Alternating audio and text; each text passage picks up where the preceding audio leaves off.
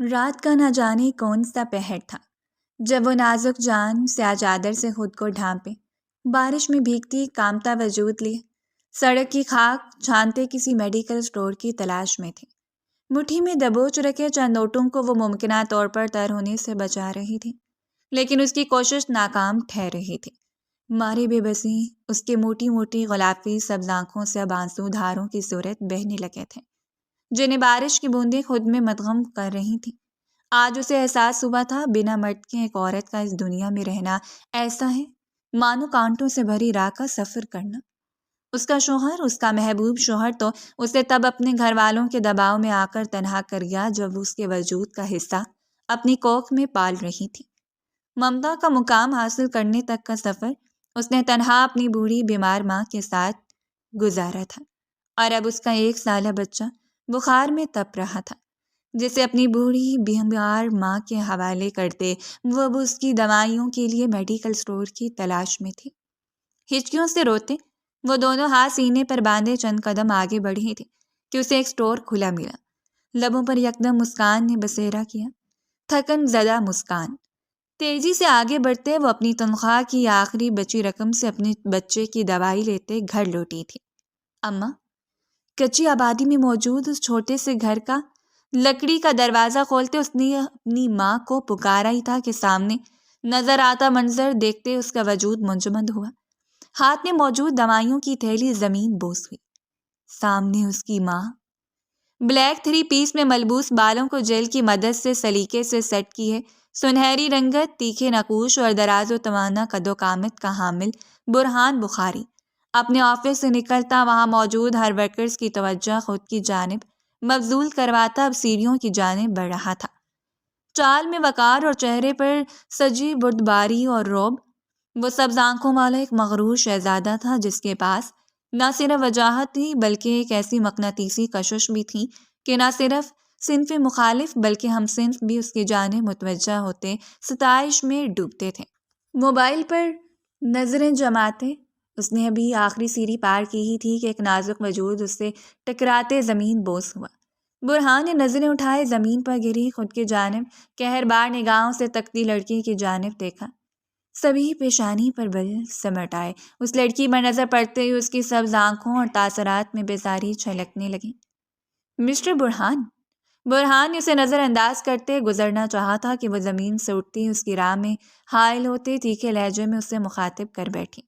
برہان نے بنویں اچکائے اس کی جانب دیکھا۔ کیا مجھے تھام نہیں سکتے تھے تم؟ لڑکی کا لہجہ تڑک تھا۔ نہیں، برہان نے کمال سکون و تحمل سے یکلخسی جواب دیا۔ رامیہ نے دانت کچکچائے۔ آخر کب تمہیں مجھ پر ترس آئے گا برہان؟ آخر کب تم میری محبت کو قبول کرتے، مجھے اس دل میں جگہ دو گے؟ اس کے لہجے میں نمی سمٹ آئی تھی۔ برہان کے سینے پر دل کے مقام پر ہاتھ رکھتے بولی، حد پار مت کرو لڑکی، میں کئی دنوں سے تمہیں نظر انداز کرتا آ رہا ہوں، جو میری زندگی کی سب سے بڑی غلطی تھی۔ محض 5 سیکنڈ ہے تمہارے پاس، جاؤ یہاں سے، ورنہ پھر تمہیں ذلت اور ہتک کا سامنا کرنا پڑے گا، جو میں نہیں چاہتا۔ برہان جبڑے بھیجتا اس کا ہاتھ جھٹکتے صدموہری سے بولا، اس سے بڑی ہتک اور ذلت کیا ہوگی؟ برہان کی عورت ذات ہوتے ہوئے میں اپنے پندار اور عثمانیت کا قتل کرتے تم سے محبت کا اظہار کر رہی ہوں، اور جواباً محض تمہاری دھتکار اور نظر اندازی میرے حصے آ رہی ہیں۔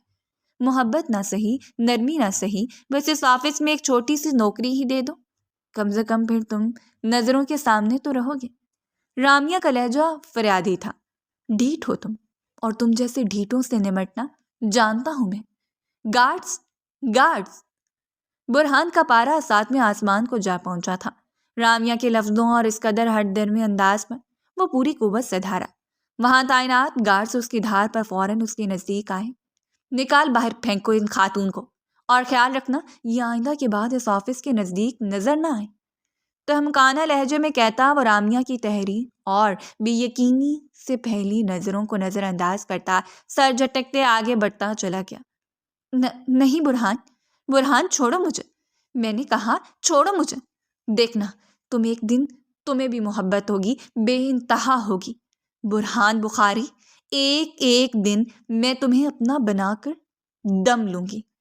برہان کو اپنی گاڑی میں سوار ہوتا دیکھ کر وہ گارڈز کے جگڑنے پر جٹپٹاتے ہوئے چیخی۔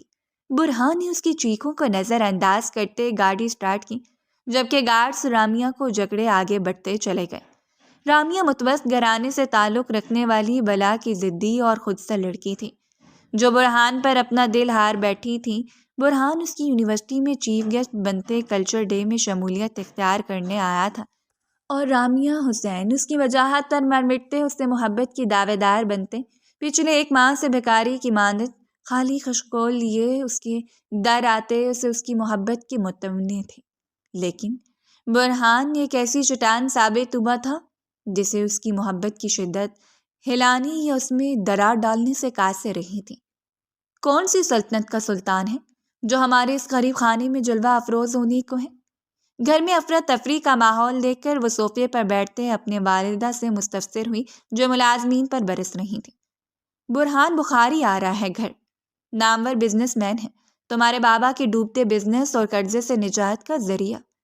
نسرین بیگم نے سنجیدگی سے جواب دیا، پرسکون انداز میں بیٹھی، ہیئر ٹیک چھوڑے سیدھی ہوئی۔ اور وہ ہم پر یہ کرم نوازی کیوں کرے گا؟ آنکھیں سکیڑے سوال کیا۔ اب یہ تو وہ خود جانتا ہے، ہو سکتا ہے رب نے اس کے دل میں رحم ڈال دیا ہو۔ تمہارے بابا سے ایک پارٹی میں ملاقات ہوئی تھی اس کی، ملاقات میں بتایا ہوگا تمہارے بابا نے ہم پر گزرتے اس مشکل وقت کی بابت شاید رحم سمیٹ آیا ہو، اس کے دل میں مدد کرنا چاہ رہا ہو۔ نسرین بیگم ایک تھکان بھری سانس فضا کے سپرد کرتی اس کے نزدیک جگہ سنبھالتے بولی، یہ دنیا ہے موم، یہاں موجود بشر اس قدر اعلیٰ صرف کے حامل نہیں کہ اپنا مفاد سوچے بنا دوسروں کی بے غرض مدد کرتے پھریں۔ لازماً اس کے کوئی مفاد چھپا ہوگا ان سب کے پیچھے، ہیر نے پرسوچ انداز میں کہتے ایک تلخ حقیقت بیان کی۔ سب کی نیتوں کا حال اللہ جانتا ہے بیٹا، تم جاؤ، جا کر تیار ہو جاؤ، یہ اول جلول حلیہ میں مہمانوں کے سامنے نہ آ جانا۔ اسے کھلا پاجامہ اور ٹی شرٹ میں بکھرے بالوں کے ساتھ بیٹھا دیکھ کر وہ اسے تلقین کر گئی۔ موم، وہ بزنس کے سلسلے میں آ رہا ہے، میرا رشتہ لینے نہیں، منہ بسوڑتے جواب دیا۔ کیا پتا اسے تم پسند آ جاؤ اور وہ تمہارا ہاتھ مانگ بیٹھے۔ نسرین بیگم نے لطیف سی شوخی کی۔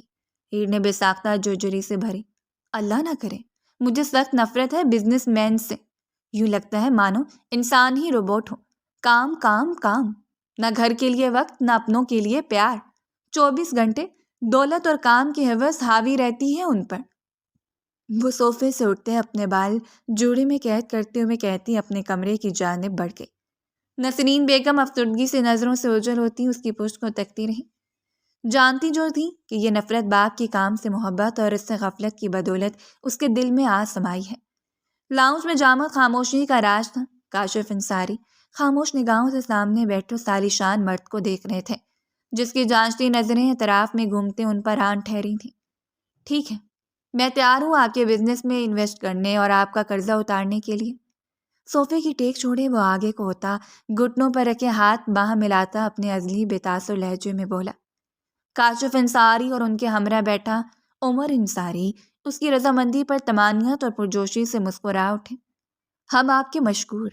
کاشف انصاری کے باقی الفاظ ان کے حلق میں ہی دم توڑ گئے تھے۔ برہان بخاری ان کی بات جو کاٹ گیا تھا، لیکن میری ایک شرط ہے۔ اس کے کہنے کی دیر تھی کاشف انصاری اور عمر انصاری کے پرجوش تاثرات اسنبے اور تفشیش میں بدلے۔ کیسی شرط؟ کاشف صاحب استفہامیہ نظروں سے اسے دیکھتے مستفسر ہوئے۔ آپ کی بیٹی کا نکاح مجھ سے ہوگا، محض 3 ماہ کے لیے۔ 3 ماہ کے لیے آپ کی بیٹی، آپ کا بزنس، آپ کا گھر، سب کچھ میرا ہوگا، اور ٹھیک 3 ماہ بعد جب آپ کا ڈوبا بزنس میری محنت اور لگن کے سبب ترقی کی بلندیوں کو چھوئے گا تو آپ کو آپ کا سب کچھ واپس لوٹا دیا جائے گا، آپ کی بیٹی سمیت۔ وہ جوں جوں کہتا چلا جا رہا تھا، کاشف انصاری کے چہرے کی رنگت اٹھتی چلی جا رہی تھی۔ قرضہ حد سے سما تھا کہ اگر وہ اتارنے پر آتے تو اپنی آخری سانس تک نہ اتار پاتے، اور بزنس وہ اس قدر ڈوب چکا تھا کہ 1 ٹکے کا ان کو فائدہ نہ پہنچ رہا تھا۔ ایسے میں انہیں ایک سہارے کی ضرورت تھی، اور وہ سہارا برہان بخاری تھا، جس نے پاکستان میں اپنے بزنس کی دھاک بٹھاتے خود کو پاکستان کے ٹاپ بزنس مینز کی فہرست میں شامل کیا تھا۔ وہ اس کا چہرہ دیکھتے سوچوں کے تسلسل میں گم تھے۔ یہ سہارا سودا کر رہا تھا، مدد کے بدلے ان سے ان کی بیٹی مانگ رہا تھا، اور یہ سودا ان کے ضمیر کو جھنجھوڑ گیا تھا۔ لیکن اپنے آنے والی نسلوں کے بہترین مستقبل کے لیے انہیں یہ سودا قبول کرنا ہی تھا۔ ہرگز نہیں، میں اپنی بہن کسی صورت تمہارے حوالے نہیں کروں گا۔ عمر انصاری بھڑک اٹھا تھا۔ اس کے مطالبے پر صوفے سے اٹھتے درستگی سے بولا۔ موہن کاشف صاحب کی رضامند آواز گونجتے اسے حیرت و بے یقینی میں غرق کر گئی۔ میں تیار ہوں، لیکن مجھے وقت چاہیے۔ کاشف صاحب عمر کا ہاتھ تھامتے اسے واپس صوفے پر بیٹھنے کا اشارہ کر گئے۔ برہان کے لب مسکراہٹ میں ڈھلے، بھوری آنکھوں میں الوہی چمک نے احاطہ کیا، گو کہ اسے علم تھا کہ سامنے موجود شخص کا فیصلہ یہی ہونا ہے۔ 24 گھنٹے کا وقت ہے آپ کے پاس۔ 24 گھنٹے بعد اگر ہوئی تو قاضی کے ہمراہ آؤں گا، اور اگر نہ ہوئی تو یقیناً بینک والے آپ کا گھر ضبط کرنے آئیں گے۔ دھیمی مسکان کے ساتھ کہتا وہ جیسے آیا تھا ویسے نکلتا چلا گیا۔ یہ کیا کیا بابا آپ نے؟ بزنس کی خاطر ہیر کا سودا کرنے کو تیار ہیں آپ؟ عمر اس کے جاتے ہی بے یقینی کے زمرے سے نکلتا چیخا۔ خاموش ہو جاؤ عمر، اس وقت کچھ نہ بولو۔ میں کوئی عزت پیش کرنے کی حالت میں نہیں ہوں، اور ہاں، یہ مت بھولو کہ یہاں اس نوبت تک لانے والے شخص تم ہی ہو۔ کاشف صاحب کرختگی سے کہتے اپنا سر جکڑے صوفے کی پشت سے ٹیک لگاتے اپنی آنکھیں موند گئے۔ عمر چند ثانیے جبڑے بھینچے انہیں خاموشی سے دیکھتا رہا، پھر پیچ و تاب کھاتا وہاں سے واک آؤٹ کر گیا۔ آپ ہوش میں نہیں ہیں کاشف صاحب؟ آپ چاہتے ہیں میں اپنی بیٹی کی زندگی اس بزنس کی خاطر داؤ پر لگا دوں؟ نسرین بیگم ان کے فیصلے کی بابت جاننے کے بعد دل کے مقام پر ہاتھ رکھتے دہلتے ہوئے صدمائی کیفیت میں بولی۔ یقین کرنا مشکل تھا کہ ان کا شوہر اپنی بیٹی کا سودا کرنے کو تیار تھا۔ بات سمجھنے کی کوشش کرو نسرین، قرضے میں سر تلک ڈوبا ہوا ہوں میں، مرتے دم تک یہ قرضہ نہیں اتار پاؤں گا، اور اگر یہ قرضہ نہ اتارا گیا تو سر پر موجود اس عزت بھری چھت سے بھی ہاتھ دھو بیٹھوں گا۔ صرف 3 ماہ کی بات ہے، 3 ماہ بعد ہماری بیٹی ہمارے ساتھ ہوگی، ہمارے پاس، اور یہ مشکل بدتر وقت بھی بہترین میں بدل جائے گا۔ کاشف صاحب نے ان کے نزدیک آتے ان کے بازو جکڑے انہیں سمجھانے کی صحیح کی۔ نسرین بیگم پرنم آنکھوں سے ان کی جانب دیکھتے نفی میں سر ہلا گئیں۔ آپ ہمیشہ مجھ سے قربانیاں مانگتے آئے ہیں کاشف صاحب، ہمیشہ۔ آپ کے لیے ہمیشہ آسان رہا ہے مجھے اور میری بیٹی کو اذیت دینا، چاہے وہ دوسری شادی کرنا ہو، ہم سے سالوں لا تعلق رہنا ہو، یا سالوں بعد واپس آ کر ہمیں اپنی موجودگی کا احساس دلاتے ہم سے معافی طلب کرنا ہو۔ نسرین بیگم ان کے ہاتھ جھٹکتے کرب و اذیت کی ملی جلی کیفیت میں مبتلا بولی۔ کاشف صاحب لم بھیج گئے۔ میں مجبور ہوں نسرین، عمر کی غلطی مجھے اس نوبت پر لے آئی ہے، وہ جو چند چڑھا چکا ہے اس کا خمیازہ ہم سب کو بھگتنا ہے۔ کاشف صاحب کے لہجے میں بے بسی سمٹ آئی تھی۔ ہم ہی کیوں کاشف صاحب، ہم ہی کیوں؟ آپ نے وفا کی خاطر مجھے تنہا کیا، ہمیشہ اسے مجھ پر فوقیت دی۔ آپ نے تو اپنا دوسرا آشیانہ بنا لیا تھا، لیکن میرا گھر توڑ دیا تھا۔ بچپن سے لے کر جوانی کی یہ چند سال اس نے محض آپ کو عمر اور وفا پر پیار لٹاتے دیکھا ہے۔ 3 مہینوں میں 1 بار یا کم سے کم 2 بار آپ اس سے ہم کلام ہوتے تھے، اور وہ آپ کی رتی کے برابر توجہ ملنے پر بھی بے انتہا خوش۔ اور اب جب وفا کی وفات کے بعد آپ کا مستقل پتہ یہ بن گیا، تب اس کے دل سے اپنے لیے بدگمانی اور احساس کمتری دور کرنے کی بجائے آپ اپنی دوسری بیوی کی اولاد سے سرزد ہو جانے والی غلطی کا خمیازہ اس کے سر ڈال رہے ہیں۔ نسرین بیگم بھرائی آواز میں چیخ اٹھی۔ عمر نے تمہیں ماں کا مقام دیا ہے، اور تم بھی تو اسے اپنا بیٹا مانتی ہو، تو کیا اس کے لیے تم یہ قربانی نہیں دے سکتی؟ جذباتی طور پر انہیں کمزور کرنا ان کا آخری حربہ تھا۔ اس کا مطلب یہ تو نہیں کہ میں اپنی بیٹی کے ساتھ ناانصافی کر جاؤں۔ ان کی بات پر چند ساتھ کے لیے خاموشی کی چادر اوڑھ لینے کے بعد وہ مخمصے میں ڈوبی۔ ناانصافی نہیں ہے، یہ محض 3 ماہ کی بات ہے، اس کے بعد سب سہل ہو جائے گا۔ ہیر کو برہان سے نکاح ہر حال میں کرنا ہوگا، وہ میری بیٹی ہے، میرے خاطر یہ قربانی دے سکتی ہیں۔ کاشف صاحب کا لہجہ بٹل تھا۔ میں یہ نکاح نہیں کروں گی۔ یکلخت پشت سے ابھرتی ہیر کی لرزدہ آواز سنتے وہ دونوں پلٹے۔ ہیر کو آنسوں سے تر چہرہ لیے ان دونوں کی جانب تعصف، ملامت اور ناامیدی سے دیکھنے پا کر ان دونوں کی رنگت پھیکی پڑی۔ ہیر، میری بات سنو۔ کاشف صاحب نے آگے بڑھتے اسے ہم کلام ہونا چاہا کہ ان کی پکار نظر انداز کرتی تیز قدم بڑھاتی وہاں سے بھاگی۔ اب یہ تمہارا کام ہے نسرین، اسے تیار کرو، کل شام تک کا وقت ہے تمہارے پاس، اور جواب ہاں ہی ہونا چاہیے۔ اب نہ میں کوئی انکار سنوں گا، نہ تمہارا اور تمہاری بیٹی کا کوئی انحراف۔ وہ سمجھ چکے تھے کہ اگر نرمی بڑھتی گئی تو نہ نسرین بیگم رضامند ہوں گی نہ ہیر۔ اسی سبب سختی آزما کے نسرین بیگم نے شکوہ کے نگاہوں سے ان کی جانب دیکھا۔ کاشف صاحب ان کی شکوہ کرتی نگاہیں نظر انداز کرتے کمرے سے منسلک اسٹڈی روم میں جا بند ہوئے۔ نسرین بیگم بے بسی سے رو پڑیں۔ یہ تمہارا شادی کا جوڑا برہان کی طرف سے آیا ہے۔ کمرے میں داخل ہوتے نسرین بیگم بیڈ کی پائنتی سے ٹیک لگائے بیٹھی ہیر کے بکھرے سراپے سے نظریں چراتے ہاتھ میں موجود زرتاش جوڑا بیڈ پر رکھتے بولی، شادی کا جوڑا نہیں، بربادی کا جوڑا ہے مام۔ غیر مرئی نقطے کو تکتے ہیر گمسم انداز میں کہتی نسرین بیگم کا دل پسیج گئی۔ اس کا لاکھ انحراف، مزاحمت اور انکار دھرا کا دھرا رہ گیا تھا۔ جب نسرین بیگم نے اسے اپنی قسم دیتے اس کے قدموں میں بیڑیاں ڈالتے اسے مکمل بے بس کیا تھا۔ بچپن سے باپ کی شفقت سے محروم رہنے اور احساس کمتری میں ہر لمحہ گزارنے کے بعد اب ہوا یہ آخری وار اسے مکمل طور پر کاشف صاحب سے بدگمان کر گیا تھا۔ وہ جو اب ان کے ساتھ بند گزارتے اپنی ذات میں موجود خلا کو پر ہوتا محسوس کر رہی تھی، ان کے ایک فیصلے کی بدولت اسے اپنا آپ بے جان مورد کا گمان کر رہا تھا۔ اسے محض 3 ماہ کی بات ہے ہیر۔ نسرین بیگم اس کے نزدیک آتے گھٹنوں کے بل زمین پر بیٹھتے ملائمت سے بولی، محض 3 ماہ موم؟ وہ ایک انجان شخص ہے جسے میں جانتی تک نہیں، اور یہ نکاح، یہ تو محض دکھاوا۔ در حقیقت مجھے بیچا گیا ہے۔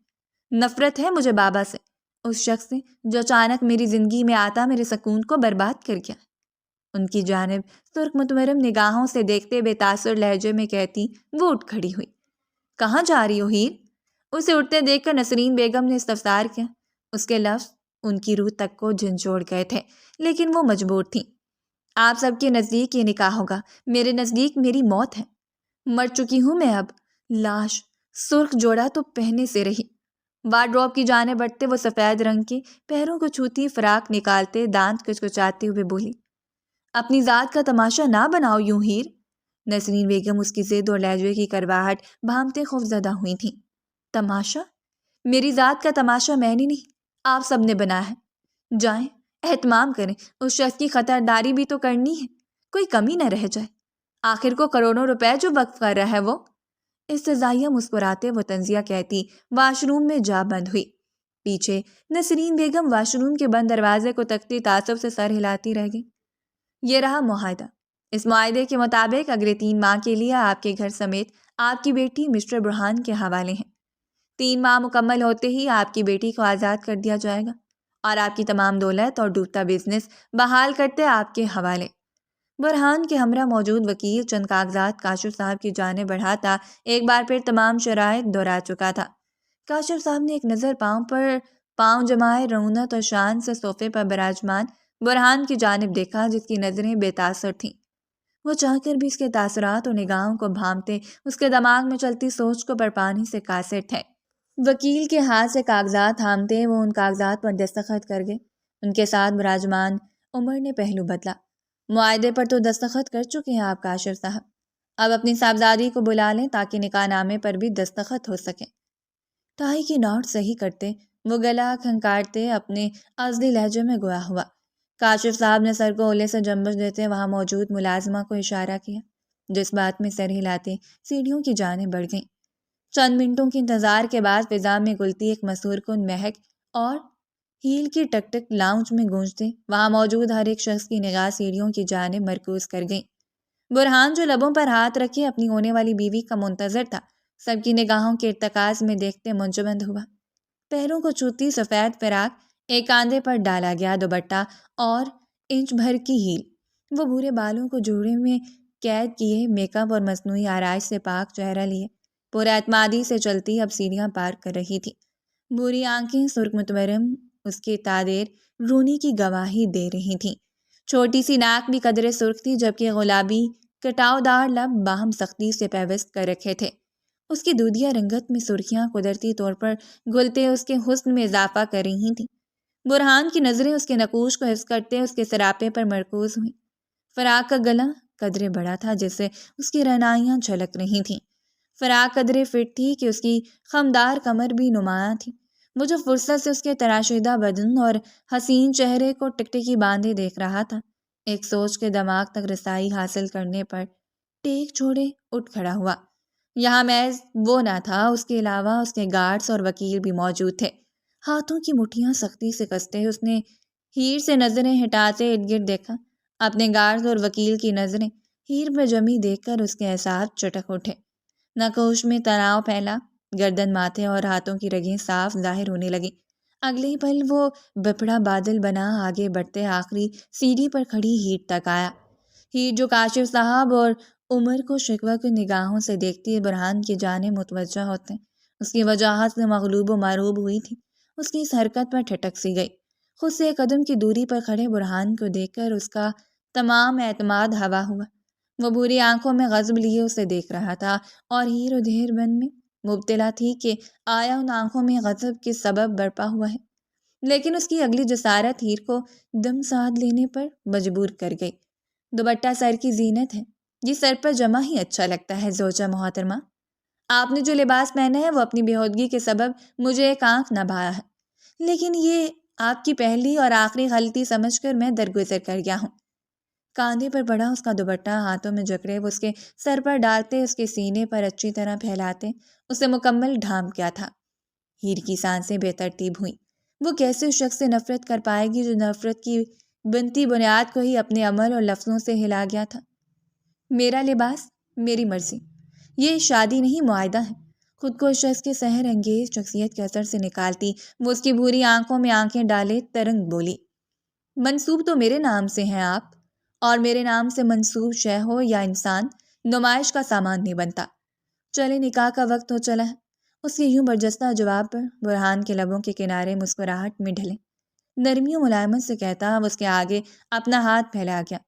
ہیر کے گلے میں گلٹی ابھر کر معدوم ہوئی۔ دل نہ جانے کیوں سپیٹ پکڑ چکا تھا۔ پہلی ملاقات میں یہ شخص اس پر اپنا سحر پھونک گیا تھا۔ سر جھٹکتے وہ اس کے ہاتھ کو نظر انداز کرتی آگے بڑھتے عمر کے پہلو میں برجمان ہوئی۔ برہان بخاری کے گارز اور وکیل کے تاثرات بدلے۔ وہ برہان بخاری کے بڑے ہاتھ کو نظر انداز کر گئی تھی۔ اب تو یقیناً برہان کا پارا ساتویں آسمان کو چھونے والا تھا۔ وہ جو خود کو برہان کے متوقع رد عمل کے لیے تیار کر رہے تھے، برہان کو مسکراتے، بالوں میں ہاتھ پھیرتے واپس پلٹتا دیکھ کر ہکا بکا رہ گئے۔ اس کے مزاج کے برخلاف ہوا عمل اسے تیش دلانے کی بجائے اس کے لبوں پر مسکراہٹ بکھیر گیا تھا۔ یا تو برہان بخاری ہوش میں نہ تھا، یا یہ لڑکی اس کی زندگی میں اہمیت کی حامل تھی۔ برہان کی نشست سنبھالتے ہی قاضی صاحب نے جواب و قبول کا مرحلہ شروع کیا۔ ہیر بنت کاشف انصاری، آپ کا نکاح سکہ رائج الوقت 10 لاکھ برہان بخاری سے کیا جاتا ہے، کیا آپ کو قبول ہے؟ قاضی صاحب کے سوال نے ہیر کی دھڑکنیں منتشر کی۔ یہ نکاح اگر تمام عمر کا ہوتا تو شاید وہ خوشی خوشی اس رشتے کو قبول کر جاتی، لیکن یہاں محض اسے 3 ماہ کے لیے اس شخص کی زوجیت میں دیا جا رہا تھا۔ یہ نکاح نہیں، سودا تھا، اس کی جسمانیت، عزت نفس اور پندار کی موت۔ نسرین بیگم کو سیڑھیاں اترتا خود کی جانب آتا دیکھ کر وہ تھوک نکلتے سر کو ہولے سے جنبش دیتے، یہ زہر پی گئی۔ قاضی صاحب کے مزید 2 بار استفسار کرنے پر وہ ہنوز چہرہ جھکائے حامی بھرتے اپنا آپ 3 ماہ کے لیے برہان بخاری کے حوالے کر گئی، جس کے نام سے وہ عین نکاح کے وقت واقفیت حاصل کر پائی تھی۔ برہان بخاری، آپ کا نکاح سکہ رائج الوقت 10 لاکھ ہیر کاشف انصاری سے کیا جاتا ہے، کیا آپ کو قبول ہے؟ قاضی صاحب اب برہان سے مخاطب تھے۔ برہان کی بے تاثر نگاہیں اس پل ایک عجب سے بے نام تاثر سے لبریز ہوئیں۔ ہیر کے جھکے چہرے کو لو دیتی نگاہوں سے تکتے وہ ہیر کو اپنی نظروں کی تپش اور حدت کے سبب سر اٹھانے پر مجبور کر گیا۔ قبول ہے۔ ہیر نے جو ہی نظریں اٹھائے اس کی جانب دیکھا، وہ عین اسی وقت اس کی جانب دیکھتا ایک آنکھ ونک کرتے اسے قبول کر گیا۔ ہیر سلگ اٹھی۔ مقابل کی اس حرکت پر دان جمائے اس نے برہان کو کھا جانے والی نظروں سے دیکھا، جس نے 2 بار مزید قبول ہے کہتے آنکھ ونک کرتے اسے لجاہٹ میں مبتلا کیا تھا۔ وہ سرخ ببو کا چہرہ لیے پہلو بدل گئے۔ ایجاب و قبول کے مراحل طے کرتے ہی برہان کی جانب سے رخصتی پر اصرار کیا گیا، اور اگلے چند پلوں میں ہیر محض نسرین بیگم اور عمر سے ملتے ہی کاشف صاحب سے بھرپور ناراضگی اور خفگی کا اظہار کرتے برہان کے ہمراہ گاڑی میں سوار ہوتے ایک نئے گھر اور نئی زندگی کی راہ پر گامزن ہوئی۔ وہ ستائش بھری نظروں سے اس شاندار محل نما گھر کو دیکھتے اشتیاق میں ڈوبی تھی۔ اس بنگلے کی ہر چیز گو کہ وہ صوفہ ہو یا دیواروں پر نصب مصوری یہاں رہنے والے شخص کے ذوق کا منہ بولتا ثبوت تھیں۔ برہان اسے گھر چھوڑتے کہیں روانہ ہو گیا تھا اور وہ پچھلے 10 منٹ سے دروازے میں استادہ محبوب سی اس گھر کی خوبصورتی دیکھتے دنگ تھی۔ آ جائے میم، آپ کو آپ کا کمرہ دکھاؤں؟ ملازمہ کی موتبانہ آواز اسے ہوش کی دنیا میں لائی۔ ہیر سر جھٹکتے ملازمہ کی جانب متوجہ ہوئی، ایک نظر اس کے عقب میں کھڑے ملازمین پر ڈالی۔ یہ کہنا غلط نہ تھا کہ اس محل نما گھر کو سنبھالنے کے لیے ملازمین کی ایک فوج موجود تھی۔ ملازمہ کے اشارہ کرنے پر وہ اس کے ہم قدم آگے بڑھی۔ اس گھر میں اور کوئی نہیں رہتا؟ گھر میں چھائی ایک بے نام خاموشی محسوس کرتے ہیر نے ملازمہ سے استفسار کیا۔ نہیں، مسٹر برہان رہتے ہیں، اور خیر سے اب وہ اپنی بیوی بھی لے آئے۔ ملازمہ لبوں پر مسکان سجائے کہتی ہے کمرے کے باہر ٹھہری۔ بیوی؟ محض 3 ماہ کی بیوی۔ ہیر اس کے لفظوں پر بے ساختہ تلخی سے مسکراتے من ہی من میں خود سے مخاطب ہوئی۔ یہ آپ کا کمرہ، کسی بھی چیز کی ضرورت ہو تو کمرے میں موجود فون کی مدد سے آپ مجھے بتا سکتی ہیں۔ ملازمہ کے کہنے پر وہ اس بات میں سر ہلاتے کمرے میں داخل ہوئی۔ کمرے میں قدم رکھتے ہی اس کی نظر عین سامنے دیوار پر نصب برہان کی تصویر پر پڑی۔ دل زوروں سے دھڑکا۔ یہ سوئمنگ پول کی تصویر تھی جہاں وہ کمر تک ڈوبا سفید سینڈوں میں ملبوس دونوں ہاتھوں سے اپنے بھیگے بال پیچھے کر رہا تھا۔ مضبوط بازوؤں اور بھیگی سینڈوں سے واضح ہوتا اس کا ورزشی سینہ ہیر کو محجوب کر گیا۔ وہی اس کی تراشیدہ داڑھی اور منہ سے سجا وجیح چہرہ اس کی دھڑکنوں کی تال بدل گیا تھا۔ ہیر نے خود کو ایک عجب بے نام احساس میں گرتا دیکھ کر سر جھٹکا، لیکن اگلے ہی پل وہ سر اٹھاتے تصویر کی جانب دوبارہ متوجہ ہوئی۔ وجہ برہان کے عقب میں موجود وہ عورتیں تھیں جن کے تن پر لباس نہ ہونے کے برابر تھا، اور نگاہیں، ان کی نگاہیں ستائش سے برہان پر ہی جمی تھیں۔ ہیر کا دل ڈوب کر ابھرا، یوں لگا مانو بدن پر چیونٹیاں سی رینگنے لگی ہوں۔ اس کے تاثرات میں کرواہٹ گلی تھی۔ لب کترتے اس نے بامشکل اس تصویر سے نظریں چرائے آئینے میں نظر آتے اپنے عکس کی جانب دیکھا۔ عورت کا خوبصورت ہونا نہ ہونا معنی نہیں رکھتا، معنی رکھتا ہے تو اس کا بخت، اور اس بخت میں لکھا گیا اس کا محرم۔ زیر لب بربراتے وہ تھکن کو زائل کرنے کا ارادہ باندھے کمرے میں موجود دیوار گیر وارڈروب کی جانب بڑھی۔ سلائیڈنگ ڈور ہٹاتے اس کا ارادہ ایک آرام دہ سوٹ کے انتخاب کا تھا، لیکن وہاں رکھا لباس دیکھ کر اس کے 14 طبق روشن ہوئے۔ سرخ جالی دار نائٹی جو بدن کو ڈھکنے سے قاصر تھی، اسے دیکھتے ہی اس کے رونگٹے کھڑے ہوئے، کانوں سے دھواں سا نکلنے لگا۔ بے شرم، بے ہدہ، عیاش و باز شخص۔ سلائیڈنگ ڈور پوری قوت سے بند کرتی وہ اس سے پشتکائے گہری سرخ سانس بھرتی برہان کو مختلف القابات سے نواز گئی۔ آنکھیں میچتے اس نے اپنی بگڑتی حالت پہ قابو پاتے اپنی سینک چھوڑتے عارض پر ہاتھ رکھا۔ تمہاری شکل اور کرتوت یہ بتانے کو کافی ہے مسٹر برہان بخاری کہ تم اول درجے کے ٹھرکی آدمی ہو۔ اس کی تصویر کی جانب دیکھتے وہ انگشت شہادت کی انگلی اٹھائے دانت پیستے ہوئے کہتی غصے سے کھولتے دائیں بائیں چکر کاٹنے لگی۔ تھکن حد سے سوا تھی، نہ صرف جسمانی بلکہ ذہنی بھی۔ وہ شاور لیتے گہری نیند کی تمنائی تھی، لیکن اب اس نائٹی کو دیکھتے اسے تمام رات اسی لباس میں گزارنے کی سوچ جنجلاہٹ اور چچرے پن میں مبتلا کر گئی تھی۔ وہ زیر لب اسے کوس رہی تھی، اور گاڑی کی پچھلی نشست میں براجمان برہان لیپ ٹاپ سکرین پر نظر آتے یہ سارے مناظر دیکھتے اپنے پرزور کہہ پر قابو پانی کی صحیح کرتے اپنے لب کچل رہا تھا۔ اس لڑکی کے چہرے پر نمودار ہوتی جلن، پھر شرم اور پھر تیش اسے بھاگ گیا تھا۔ دائیں بائیں چکر کاٹتی ہیر یکدم دماغ میں کونڈا مارتی سوچ کے تحت رکتے وارڈروب کی جانب بڑھتے، دوسرا حصہ کھولتے وہاں برہان کے ننگے کپڑوں کو دیکھتے مسکرائی۔ شرٹ اور ٹراؤزر لیتے اس نے تیکھی نگاہ برہان کی تصویر پر ڈالتے منہ کے مختلف زاویے بنائے اور واش روم میں جا بند ہوئی۔ برہان مزید اپنے کہکے پر قابو نہیں رکھ پایا، سر پیچھے گرائے وہ بن آواز ہنستا چلا گیا، اور یہ منظر بیک میرر سے دیکھتا ڈرائیور حیرت سے گنگ رہ گیا۔ برہان بخاری مسکراتا بھی تھا، اس کا علم اسے آج ہوا تھا۔ دروازے کا نوب گھماتے وہ دبے قدموں کمرے میں داخل ہوا۔ کمرے میں داخل ہوتے لیمپ کی مدھم روشنی نے اس کا استقبال کیا۔ نگاہیں اس کمرے میں مقیم اضافی وجود کی تلاش میں بیڈ کی جانب اٹھیں۔ بے ترتیب لباس اور بے ڈھنگا سونی کا انداز۔ برہان کے لب مسکراہٹ میں ڈھلے۔ لیمپ کی مدھم روشنی میں اس کا چاندنی کی مانندے دمکتا چہرہ اس کی تمام تر توجہ اپنی جانب کھینچ گیا۔ برہان قدم در قدم چلتا اس کے نزدیک آتے بیڈ پر کونی کے بل لیٹتے فرصت سے اسے نہارنے لگا۔ بھوری نگاہیں جن میں اس کے لیے ناپسندیدگی صاف عیاں تھی، گھنیری جھالر تلے بند تھی، جبکہ انابی لب ذرا سا وہاں تھے۔ برہان کی گہری نگاہ اس کے بند آنکھوں سے ہوتے اس کے لبوں پر آن ٹھہری۔ گلابی کٹاؤ دار لب برہان کے گلے میں کانٹے سے اگا گئے۔ سینے میں تشنگی کا گہرا احساس اجاگر ہوا۔ ابھی وہی لبوں کے قہر سے اپنے سوئے جذباتوں میں یکدم برپا ہوتے طوفان سے سنبھل نہ پایا تھا کہ وہ کروٹ بدل گئی۔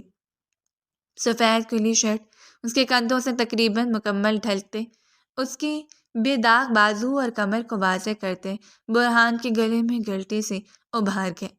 رات کی تنہائی پھر محرم عیاں وجود جوانی کے تقاضے پرزور ہوئے۔ برہان نے نظریں چراتے بیڈ سے اٹھنا چاہا لیکن ناکام ٹھہرا۔ اس کا وجود جیسے بے خودی کے عالم میں جکڑا اس حسین قیامت خیز وجود سے دور ہٹنے سے انکاری تھا۔ وہ بہک گیا تھا اور اب تشنگی مٹائے بغیر دور ہٹنا سہانی روح تھا۔ آگے بڑھتے وہ اپنا ہاتھ اس کی کمر سے گزارتے اس کے پہلو پر رکھ گیا۔ اسے خود میں سختی سے بھینچے وہ اس کی گردن میں منہ چھپاتے اس کے بدن کی کندن میں مہک میں گہرا سانس بھرتے اپنے دہکتے لفظ ستبد کر گیا۔ لمس محسوس ہونے کی دیر تھی، برہان کو اپنے تن من میں سرور سرایت کرتا محسوس ہوا۔ وہ فرط مسرت میں ڈوبا، جا بجا لب اس کی گردن پر ثبت کرتا ہاتھ کی بے باکی بڑھاتے مدہوشی کی گہری وادی کی سیر کو نکل آیا تھا۔ اپنی گردن پر داڑھی اور مونچھوں کی چبھن، جبکہ اپنے پہلو اور بدن کی لہروں پر سام کی مانند دہکتے لمس کو محسوس کرتے ہیر کسمساتے اپنی آنکھیں کھول گئی۔ تاریکی میں ڈوبے دماغ نے جو ہی شعور کی منزلیں طے کی، اسے مقابل اور اپنے درمیان ٹھہری نزدیکی اور ان لمحات کا اندازہ ہوا۔ بھوری کچی نیند ٹوٹنے کے سبب سرخ ڈوروں سے مزین نگاہیں بے یقینی کے تحت آخری حد تک پھیلیں۔ اس کا روم روم مقابل کا شدت بھرا لمس محسوس کرتے سنسناہٹ میں ڈوبا۔ اگلے ہی پل وہ بناب مچھلی کی مانند مچلتے اس کی گرفت سے آزاد ہونے کی سعی کرنے لگی۔ برہان جو اس کے وجود میں ہلچل محسوس کرتے سمجھ گیا تھا کہ وہ بیدار ہو چکی ہے۔ اس کے یوں مچلنے پر اس پر گرفت مضبوط کرتا اس کا رخ اپنی جانب پلٹتے اس پر بادل بن کر چھایا۔ ہیر کے حلق سے ہلکی سی چیخ برآمد ہوئی۔ اس افتاد پر وہ بے یقینی سے پھٹی آنکھیں مقابل کی خمار زدہ آنکھوں میں گاڑ گئی۔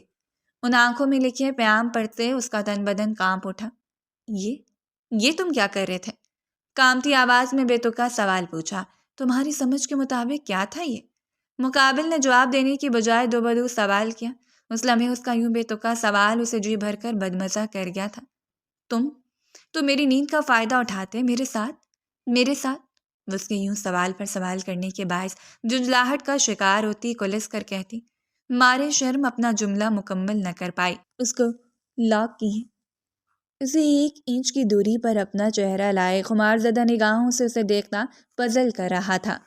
جو آپ کہنا چاہتی ہیں وہ نہ کہنا ہی فائدہ مند ہے بیگم، آپ کی اس نازک جان کے لیے۔ اور رہی بات نیند کا فائدہ اٹھانے کی، تو آپ کی اطلاع کے لیے عرض ہے آج ہماری شادی کی پہلی رات ہے، اور شادی کی پہلی رات کے تقاضے سے آپ واقفیت رکھتی ہی ہوں گی۔ اس کی ادھوری بات کا مطلب اچھی طرح سمجھ چکا تھا۔ دانت پر دانت جمائے وہ خمار اور مدہوشی کے سبب بوجھل آواز میں کہتا ہیر کے جان لبوں پر سجا گیا، یہ شادی نہیں ہے۔ وہ گھبراہٹ زدہ سی متوج سی چیخ اٹھی۔ جانتا ہوں بربادی ہے، پر ہے پیاری۔ اس کے یوں چیخنے پر برہان کے ماتھے پر ناگواری کے بل نمایاں ہوئے۔ ترکی بترکی ایک آنکھ ونک کرتے بولا۔ ہیر کی رنگت اس کی اس حرکت پر سرخ کندھاری ہوئی۔ دور ہٹو، بے ساختگی کے عالم میں اس کے کاندھوں پر ہاتھ رکھتے اسے دور کرنے کی سعی کرتے نظریں جھکائے بولی، کیوں؟ ابھی تو وصل کی شب کا آغاز ہوا ہے۔ برہان کو اس کا محجوب انداز بھا رہا تھا۔ اسے مزید زج کرنے کی خاطر درمیان میں حائل 1 انچ کی دوری بھی مٹاتا اس کی ناک سے ناک جوڑے بولا، یہ شادی محض ایک معاہدہ ہے جس کی مدت 3 ماہ کی ہے۔ 3 ماہ بعد تم نے مجھے آزاد کر دینا ہے، اس لیے ہمارے درمیان یہ سب نہیں ہو سکتا۔ وہ خطا آسان لیے زور مزاحمت کر گئی، کیوں نہیں ہو سکتا؟ بے شک یہ شادی معاہدہ ہے 3 ماہ کا، لیکن ان 3 ماہ میں ہو تم میری قانونی اور شرعی بیوی ہو سکتا ہے میں یوں ہی بہکتے تمہاری روح تک میں اتر جاؤں، یا تم جذبات کے آگے گھٹنے ٹیکتے اپنا آپ میرے حوالے کر جاؤ؟ عین ممکن ہے کہ ان 3 ماہ میں ہمارا ملن ہو جو تمہیں ماں کے رتبے پر فائز کرتے۔ وہ اپنی دور اندیشوں کے سبب ہیر کو شرم و حیا کے گہرے احساس میں غرق کر گیا تھا۔ وہ آنکھیں پھاڑے اسے دیکھ رہی تھی، جبکہ دماغ میں اس کے تمام لفظ تصور بنتے ابھر آتے اس کے عارض دہکا گئے تھے۔ نہیں، نہیں، ایسا نہیں ہو سکتا۔ ہیر تخیل کی دنیا سے نکلتی اس قدر زور سے چیخی کہ برہان کو اپنے کانوں کے پردے پھٹتے محسوس ہوئے۔ ہونے کو تو کچھ بھی ہو سکتا ہے جانے من۔ برہان کو اس کے فقط تاثرات مزہ دے رہے تھے۔ وہ ہنس اٹھاتا بولا، ہمارے درمیان بندھے اس رشتے کی اہمیت محض کاغذ کے ایک ٹکڑے کی ہے۔ 3 ماہ، ان 3 ماہ میں ہم دونوں میاں بیوی ہوتے ہوئے بھی اجنبی ہیں، ایک دوسرے کے واسطے۔ نہ ان 3 ماہ میں تمہارے نزدیک آؤں گی، نہ تم مجھ سے نزدیکی بڑھاتے زبردستی کرنے کی کوشش کرو گے۔ ہمارے درمیان اس توسط کا رشتہ اور تعلق قائم نہیں ہوگا جو 2 میاں بیوی کے درمیان ہوتا ہے۔ 3 ماہ بعد معاہدے کے تحت تمہیں مجھے آزاد کرنا ہوگا۔ اب دور ہٹو مجھ سے۔ برہان کے لبوں کے کونے مسکراہٹ میں ڈھلے محسوس کرتے وہ پل میں سنجیدگی کا لبادہ اوڑے ایک ایک لفظ مستحکم لب و لہجے میں کہتی۔ برہان کی تمام شوخی اور بے خودی ہوا کر گئی۔ بے فکر رہو، میں تب تک تمہیں ہاتھ نہیں لگاؤں گا جب تک تم مجھے خود اپنا آپ سونپ نہیں دیتی۔ ہیر کی باقی تمام باتوں کو کمال مہارت سے نظر انداز کرتے وہ اپنے مطلب کی بات اچکتا جواب دیتے اس کے پہلو میں اوندے منہ گرتے، دانت پیستے تکیہ خود میں بھیج گیا۔ ہیر نے اس کے دور ہونے پر سکون کا سانس بھرتے اس کے جانب پشت کرتے اپنی آنکھیں موندی۔ نیند تو بانے سے رہی تھی لیکن وہ سونے کی کوشش کر ہی سکتی تھی۔ کون ہے یہ؟ تادیر فون پر عمر سے گفتگو کرنے کے بعد اس نے لاؤنج کا رخ کیا تھا جہاں ملازمہ کو ایک کم عمر لڑکی کے ساتھ بحث و مباحثہ کرتے دیکھ کر ہیر نے استفسار کیا۔ ہیر کے پوچھنے پر ملازمہ کے ہمراہ موجود رامیا جو بھیس بدلے ملازمہ بنتے برہان کی خاطر اس کے گھر تک چلی آئی تھی، اسے دیکھتے اجنبی میں مبتلا ہوئی۔ چشمے کے پیچھے چھپی لینس لگی سیاہ آنکھوں میں لہجے بھر کے لیے ہیر کی خوبصورتی دیکھ کر اس ستائش کا تاثر ابھرا تھا۔ ہیر بی بی، یہ لڑکی صبح سے 5واں چکر لگا چکی ہے، کام کی ضرورت ہے۔ میں نے لاکھ بار سمجھانے کی کوشش کی کہ ہمارے گھر ملازمین کی فوج ہے، مزید کسی کی جگہ نہیں، لیکن ماننے کو تیار ہی نہیں۔ ملازمہ کے سر پیٹنے کی دیر تھی۔ ہیر نے ایک طائرانہ نگاہ رامیا پر ڈالی جو شلوار قمیض میں ملبوس سفید رنگت کو سامنی رنگت میں بدلتے آنکھوں میں لینس اور چشمہ لگائے قدرے بکھرے بالوں میں کھڑی ہیر کے دیکھنے پر چہرے پر مسکینیت طاری کر چکی تھی۔ بی بی، خدا را مجھے کام پر رکھ لیں، میری اماں کی طبیعت خراب ہے، ہم دونوں کے علاوہ ایک دوسرے کا کوئی پرسہانے حال نہیں، مجھے کام کی اشد ضرورت ہے۔ نگاہوں میں مصنوعی نمی لیے وہ ہاتھ جوڑے ہیر کے نزدیک آتے گویا ہوئی۔ گمان تھا کہ شاید ہیر برہان بخاری کی بہن ہے۔ پلیز آپ یوں ہاتھ جوڑتے مجھے شرمندہ مت کریں، رقیہ انہیں کام سمجھا دو۔ نرم دل ہیر فوراً اس کے جذباتی ڈھگوسلے کا شکار ہوتے اس کے ہاتھ جکڑے ملازمہ سے مخاطب ہوئی۔ لیکن بی بی جی صاحب، ملازمہ واقف تھی برہان کی سخت گیر طبیعت کے بابت۔ وہ اس مشن میں اپنی مرضی کے برخلاف نہ کسی بے جان چیز کو برداشت کرتا ہے نہ انسان کو۔ انہیں میں دیکھ لوں گی، ہیر نے گویا ناک سے مکھی اڑائی۔ رامیا کو اس کا انداز کھٹکا لیکن ملازمہ کے اشارہ کرنے پر وہ فوراً اس کے ہمراہ کچن کی جانب بڑھی۔ ایک ضروری میٹنگ اٹینڈ کرتے وہ دیر رات گھر لوٹا تھا، تھکن حد سے سما تھی۔ اس وقت وہ محض ایک وجود کے دیدار اور اس کے لمس کا تمنائی تھا، وہ وجود جو پچھلے 1 ہفتے سے اس کے اس محل نما سنے گھر کو رونق بخش گیا تھا، جس کی موجودگی کے سبب اسے اس کا کمرہ اچھا لگنے لگا تھا، مانو کمرے کی ہر ایک چیز جی اٹھی تھی۔ کاندھے پر کوٹ ڈالے وہ پچھلے گردن رب کرتا ہر چیز سے بے نیاز و غافل اپنے کمرے کی جانب بڑھ رہا تھا۔ کچن میں کام کرتی رامیا جو اس کی منتظر تھی، برہان کو ایک سمت بڑھتا دیکھ کر فوراً چائے کا کپ تیار کرتی اس کے پیچھے ہو لی۔ برہان نے کمرے کا دروازہ کھولتے قدم اندر رکھتے ہیر کو تلاشا، لیکن واش روم سے پانی گرنے کی آواز سنتے وہ نفی میں سر ہلاتا، اپنے تن سے شرٹ جدا کرتا آئینے میں نظر آتے اپنے وجہ چہرے کو فریفتہ نگاہوں سے دیکھتا اپنی داڑھی پر ہاتھ پھیڑ گیا۔ اسی پل ہلکے سے کھلے دروازے کے باہر کھڑی رامیا شرم و حیا کے تمام دائرے پار کرتی اسے بے باکی سے دیکھتی اندر داخل ہوئی۔ برہان نے چونک کر اس کی جانب دیکھا۔ کون ہو تم؟ ایک انجان چہرے کو دیکھ کر اس کے ماتھے پر شکنوں کا جال بچھایا تھا۔ وہ قدرے برہمی سے مستفسر ہوا۔ وہ رامیہ کو اس کی جانچتی نگاہیں اور برہم لہجہ گھبراہٹ میں مبتلا کر گیا۔ اس کی آواز کے ساتھ ساتھ پاؤں بھی لڑکھڑایا اور نتیجتاً گرم کھولتی چائے برہان کے سینے پر گرتے اسے درد کے سبب جبڑے بھینچ لینے پر مجبور کر گئی۔ کیا بچکانہ حرکت ہے یہ؟ تمہاری ہمت کیسے ہوئی کمرے میں یوں بنا اجازت داخل ہونے کی؟ وہ حلق کے بل دھاڑا تھا۔ رامیہ اس کی دھار پر سوکھے پتے کی مانند کانپ اٹھی۔ سوری برہان، میرا ایسا کوئی ارادہ نہیں تھا۔ میں صاف کر دیتی ہوں ابھی۔ بہت جل رہا ہوگا نا؟ میری غلطی ہے، آئی ایم سوری، وہ لرزیدہ آواز میں کہتی برہان کے نزدیک آتے اس کے سینے پر ہاتھ رکھتے پھونک مارنے لگی۔ برہان کا پارا ساتویں آسمان کو جا پہنچا۔ قبل از کہ وہ کوئی شدید رد عمل دیتا واش روم کا دروازہ کھلا۔ ہی برہان کی دھار پر باتھ روب بند پہنے بھیگے بال لیے باہر نکل آئی تھی۔ یہ منظر دیکھتے دھک سی رہ گئی۔ اس کا شوہر شرٹ لیس جبڑے بھینچے کھڑا تھا، جبکہ چند گھنٹوں پہلے اس کے گھر آئی ملازمہ اس کے شوہر کے بے حد نزدیک کھڑی انتہائی بے تکلفی سے اس کے سینے پر ہاتھ رکھتے پھونک مار رہی تھی۔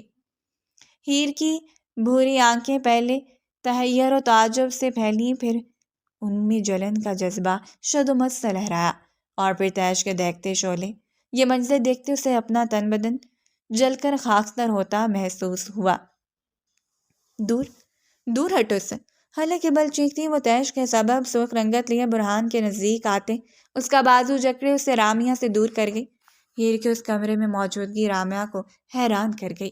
موجودگی سے زیادہ اس کا حلیہ تھا جس نے رامیہ کو 440 والٹ کا جھٹکا دیا تھا۔ آپ یہاں؟ بے یقینی کے زمرے میں کھڑی وہ محض اتنا ہی بول پائی۔ ظاہر ہے میرا کمرہ ہے، مجھے یہاں ہونا ہی ہے۔ اور کیا ہو رہا تھا؟ یہ کیوں چھو رہی تھی تم میرے شوہر کو؟ برہان کے بازو پر ہاتھ کی گرفت مضبوط کیے وہ اپنے لفظوں سے رامیہ کو باور کروا رہی تھی کہ یہ شخص محض اس سے منسوب ہے۔ برہان جو تیش میں مبتلا تھا، اس کا تمام تیش اس کی بیوی کا یہ استحقاق بھرا احساس جھاگ کی مانند بیٹھا گیا تھا۔ اس کے لبوں پر دم بخود مسکراہٹ نے بسیرا کیا، جیسے اس نے پوشیدہ رکھنے کی کوشش نہ کی تھی۔ رامیہ کو اپنے قدموں تلے زمین کی سختی محسوس ہوئی۔ جسے وہ بہن سمجھی تھی وہ اس کے میجور کی بیوی نکل آئی تھی۔ چائے گر گئی تھی۔ ہیر کے خونخوار تاثرات دیکھ کر اسے نظریں جھکائے بتایا تھا۔ چائے نہ میں نے منگوائی ہے نہ برہان، اس وقت پیتے ہیں۔ آئندہ کے بعد دھیان رکھنا، اور ہاں، اس کمرے میں داخل تب ہونا جب میں اجازت دوں۔ وہ عورت ذات تھی، سامنے کھڑی عورت کی نظروں میں اپنے محرم کے لیے پسندیدگی بھانپ چکی تھی۔ اسی سبب لہجہ سخت و سرد کرتے اسے تنبیہ کر گئی۔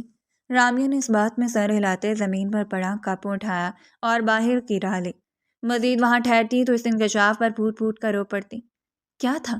ہاں کیا تھا وہ سب؟ چائے ہی گری تھی نا، بھسم تو نہیں ہوئے تھے؟ کیوں چھو رہی تھی وہ تمہیں؟ جانتے ہو کتنے قریب تھی؟ اگر ذرا سا بھی وہ توازن کھوتی تو اس کے لب تمہیں چھو جاتے۔ خیر، تمہیں کیا کہنا موصوف، شادی سے پہلے بھی کئی عورتوں کے ساتھ سوئمنگ پول میں آدھ برہنہ نہا چکے ہیں، یہ تو پھر اس کے آگے کچھ نہیں۔ نہ جانے میرے آنے سے قبل کیا گل کھلا چکے ہوں گے، نہ جانے کتنی رنگ رلیاں۔ اس کے باقی الفاظ برہان اپنے لبوں سے چن گیا تھا۔ وہ جو رامیہ کے جاتے ہی اپنی جلن و کھولن پر قابو نہ پاتے برہان کے سینے پر ہاتھوں کے ننھے وار کرتی بھڑک اٹھی تھی۔ برہان کی اس اچانک جسارت پر آنکھیں تحیر سے پھاڑے ساکت ہوئی۔ وہ شدت سے اس کی سانسیں پیتا اس کے قدموں سے جان نکال گیا تھا کہ وہ مزاحمت کرنے کے قابل ہوتے ہوئے بھی مزاحمت کرنے سے قاصر رہی تھی۔ نہ جانے کیا جادو تھا اس شخص کے لمس میں کہ وہ اسے خود سے دور جھٹکنے کی بجائے آنکھیں موندے اس کے لمس کو دل و جان سے محسوس کرنے لگی۔ برہان اسے مزاحمت نہ کرتا دیکھ کر مزید بے خود ہوتا اس کی کمر کے گرد بازو حمائل کرتے اسے خود میں بھینچ گیا۔ ہیر نے بے ساختہ اس کی گردن کے گرد باہیں ڈالی۔ برہان اسے کمر سے تھامتے اس کے پاؤں اپنے پیروں پر رکھ گیا۔ نہ جانے کتنی دیر وہ دونوں ایک دوسرے کی ذات سے بندے اس طلسم اور فسوں میں ڈوبے رہتے کہ برہان کے موبائل کی بجتی رنگ ٹون اس فسوں کو توڑتے ان دونوں کے ہوش کی دنیا میں لاپ پٹک گئی۔ برہان کے دور ہونے پر ہیر نے گہرے سانس بھرتے بگڑا تنفس اعتدال میں لانے کی صحیح کرتے نظریں جھکائیں۔ تمہارے آنے سے قبل برہان بخاری نے کسی صنف مخالف کی جانب آنکھ اٹھا کر دیکھا تک نہ تھا۔ ان نظروں نے اگر کئی ثانیے کسی کو دیکھا ہے تو وہ تم ہو۔ میرے اس قدر نزدیک اگر کوئی آیا ہے تو وہ تم ہو۔ اپنی شدت سے اس کا بے حال وجود گہری نگاہ سے تکتے وہ گمبھیرتا سے بولا۔ میں نے وضاحت نہیں مانگی۔ ہیر کا دل کیا تھا زمین پھٹے اور وہ اس میں سما جائے۔ اپنی بے خودی یاد کرتے وہ شرم و خجالت کے گہرے احساس میں مبتلا اسے نظریں ملانے کے قابل نہیں رہی تھی، پر میں نے دینی ضروری سمجھی۔ وہ یہ نہ کہہ پایا تھا کہ اس کا یوں روایتی بیویوں کی مانند جلنا کرنا اور شدت پسندی بھرا انداز اسے کس قدر بھایا ہے۔ ہمارا رشتہ اس نوعیت کا نہیں جہاں صفائیاں اور وضاحت پیش کی جائیں۔ اس کی گرفت سے نکلنے کی صحیح کرتی وہ ہنوز نظریں جھکائے بولی۔ برہان جو تمام باتیں بھولے ان لمحوں میں جی رہا تھا، پل میں اپنی کھول میں سمٹا۔ اس رشتے کی نوعیت کا اندازہ تمہاری جلن اور کچھ پل پہلے جو کچھ ہوا اسے ایک ڈراؤنا خواب سمجھتے بھول جائے۔ میرا خود پر اختیار نہیں تھا۔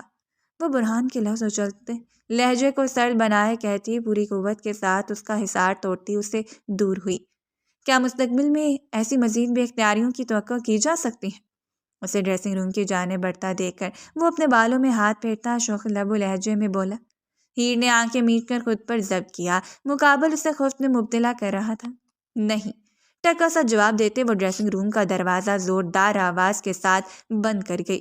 مقابل اس پچھلے ایک ہفتے سے اپنی شوخ نظروں اور نزدیکیوں سے اس کا جینا محال کر چکا تھا۔ اس کی سوچوں پر سوار رہنے لگا تھا۔ اس شخص کے ارد گرد رہتے اس کے حواس اس کا ساتھ نہ دیتے تھے، جبکہ دل کی دھڑکنیں الگ ادھم مچاتی تھیں، اور اب وہ کچھ گھنٹے ڈریسنگ روم میں ہی گزارنے کا ارادہ رکھتی تھی۔ مقابل کا سامنا کرنے کی ہمت جو منقود ہو چلی تھی۔ اف، اتنا غصہ! برہان دل فریب کہہ کے لگاتے کہتا واش روم میں جا بند ہوا۔ اسے ایک ہفتے میں زندگی بدل گئی تھی اور اسے یہ بدلاؤ پسند آ رہا تھا۔ وہ گرم پانی سے شاور لیتے بھیگے بالوں کو جھٹکتا کمرے میں داخل ہوا۔ ہیر کو کمرے میں نہ پا کر اور ڈریسنگ روم کا دروازہ بند دیکھ کر وہ نفی میں سر ہلا گیا۔ پچھلے ایک ہفتے سے ہیر کا یہی معمول تھا۔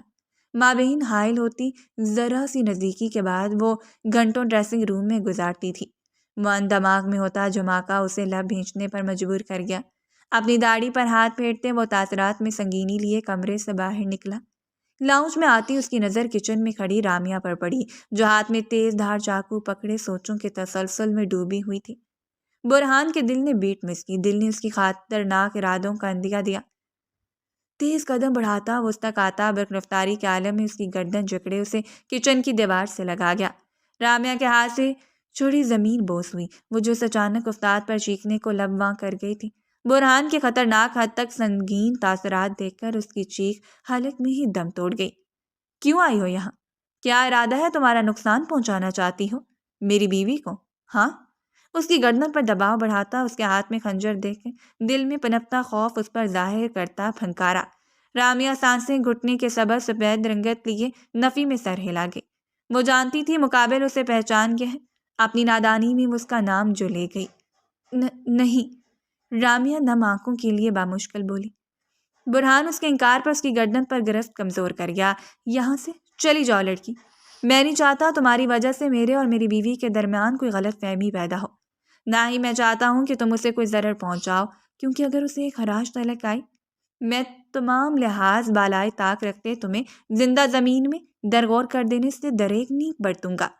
میں تمہیں بتا چکا ہوں، واضح کر چکا ہوں کہ مجھے تم میں قطعی دلچسپی نہیں۔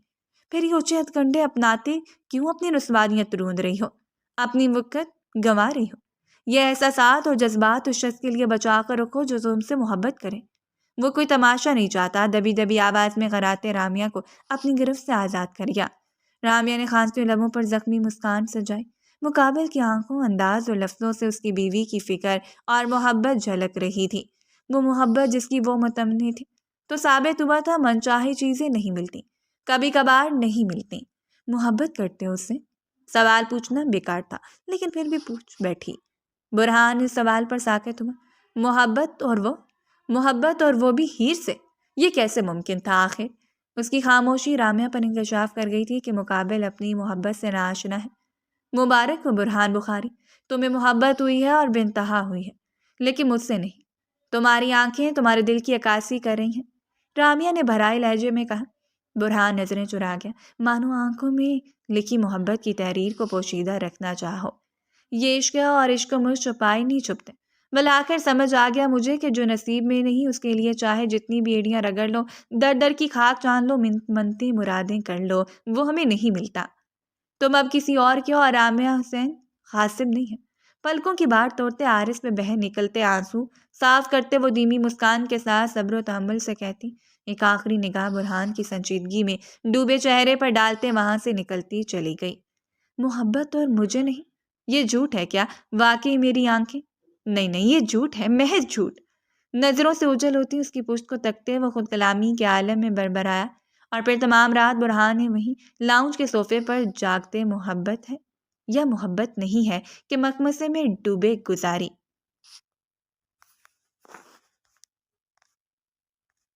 یہ بہترین موقع ہے ہیر، وہ گھر نہیں ہے، تم اس کے بارے میں کچھ نہ کچھ معلومات ضرور حاصل کر سکتی ہو، الماری یا کوئی ایسا لا کر جہاں تک تمہاری رسائی نہ ہو، لیکن تم نے اسے وہاں تک رسائی حاصل کرتے دیکھا ہو۔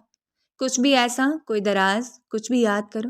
پچھلے ایک ہفتے سے برہان مینشن میں نہیں تھا، وہ شہر سے باہر ایک ضروری میٹنگ اٹینڈ کرنے گیا ہوا تھا، اور پچھلے ایک ہفتے سے ہیر عمر کے ان لفظوں پر عمل درآمد کرتے برہان سے جڑا کوئی بھی سراغ حاصل کرنے کو کوشاں تھی۔ وہ الگ بات تھی کہ اس کی غیر موجودگی میں دل ہر چیز سے اچاٹ ہو گیا تھا۔ اس کی شوق جملے، پرتپش نگاہیں اور بہانے بہانے سے بنائی جانے والی نزدیکی وہ شدت سے یاد کر رہی تھی۔ مختصر لفظوں میں کہا جائے تو ہیر کو برہان کی کمی شدت سے کھل رہی تھی، جس کا اظہار دل تو کر چکا تھا لیکن وہ ماننے سے انکاری تھی۔ اب بھی سیاہ ریشمی فراق میں ملبوس، دوپٹہ گردن سے چپکائے، بالوں کو جوڑے میں مقید کیے وہ اسٹڈی روم میں موجود تمام دراز کی تلاشی لیتے اب آخری دراز کی جانب بڑھی تھی۔ دراز کھولتے وہاں موجود تصاویر دیکھ اور وہ بھونچال سی گئی۔ بری نگاہوں میں تہیا اور الجھن لیے اس نے وہ تمام تصویریں نکالتے، ہاتھ میں تھامتے یکے بعد دیگرے اپنی آنکھوں کے سامنے کی۔ یہ تصویریں کسی اور کی نہیں، کاشف انصاری، اس کی والدہ، چاچو اور چاچی کی تھیں، لیکن یہ برہان بخاری کی اسٹڈی کی دراز میں کیا کر رہی تھیں؟ آخر برہان تھا کون؟ کیا لنک تھا اس کا انصاری خاندان کے ساتھ؟ ہیر کے دماغ میں سوال گڑمڑ ہونے لگے۔ مل گیا جو ڈھونڈ رہی تھی؟ یکلخت اپنے عقب سے گونجتی برہان کی مردانہ غمگین آواز سنتے وہ خوف سے اچھل پڑی۔ تصویریں ہاتھ سے چھوٹتے زمین بوس ہوئیں۔ پلٹتے اس نے برہان کی جانب دیکھا، جو سفید شرٹ اور پینٹ میں ملبوس، پینٹ کی جیبوں میں ہاتھ پھنسائے بے تاثر نگاہوں سے اس کی جانب دیکھ رہا تھا۔ کون ہو تم؟ ہیر اس کے یوں روبرو آ جانے پر گھبراہٹ اور خوف میں مبتلا ہوئی تھی۔ بیگم یادداشت کمزور ہے آپ کی شاید۔ شوہر نامدار ہوں میں آپ کا، برہان اپنا ماتھا انگوٹھے کی مدد سے مسلتے بولا، لیکن ہاں تو اس کے لہجے نے اس کی اس شوخی کا ساتھ دیا نہ تاثرات نے۔ مجھے سچ جانا ہے برہان بخاری، کون ہو تم؟ کیا پہچان ہے تمہاری؟ یہ تصویریں، یہ تمہارے پاس آخر کیا کر رہی ہیں؟ کوئی مقصد چھپا تھا نا تمہارا اس معاہدے میں؟ یوں ہماری زندگی میں ایک انچاہی آندھی بن کر آنا اور سب کچھ اپنی من مرضی سے کروانا، یہ سب ایک منصوبے کے تحت ہے نا؟ بولو، جواب دو مجھے۔ وہ سوچ بوجھ کھو چکی تھی، دماغ میں گڑمڑ ہوتے سوال اسے حواس باختہ کر رہے تھے۔ برہان کے نزدیک آتے اس کا کالر جکڑے چیخی۔ برہان نے خاموش نگاہوں سے اپنے گریبان پر دھرے اس کے ہاتھوں کو دیکھا۔ سامنے کھڑی عورت ہی اس قدر ہمت اور اہمیت رکھتی تھی، وگرنہ کوئی دوجا اس کے گریبان تک آتا تو وہ قہر برپا کر جاتا۔ ان تمام سوالات کا جواب میں دوں گی تمہیں۔ نسوانی آواز سنتے ہیر کی حیرت و بے یقینی میں مزید اضافہ ہوا۔ اس نے آواز کے تعاقب میں دیکھا۔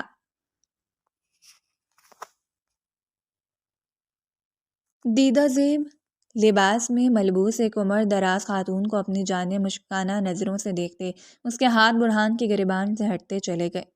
آپ کون؟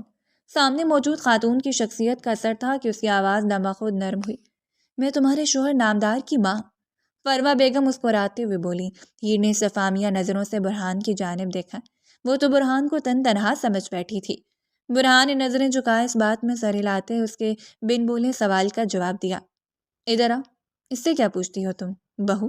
میں تمہیں تمہارے ہر سوال کا جواب دوں، پہلے پھر اس نکمے کے کان کھینچوں جو معرکہ یہ گلفام سر انجام دے چکے ہیں، اس پر شاباشی تو ملنی ہی چاہیے اس کو۔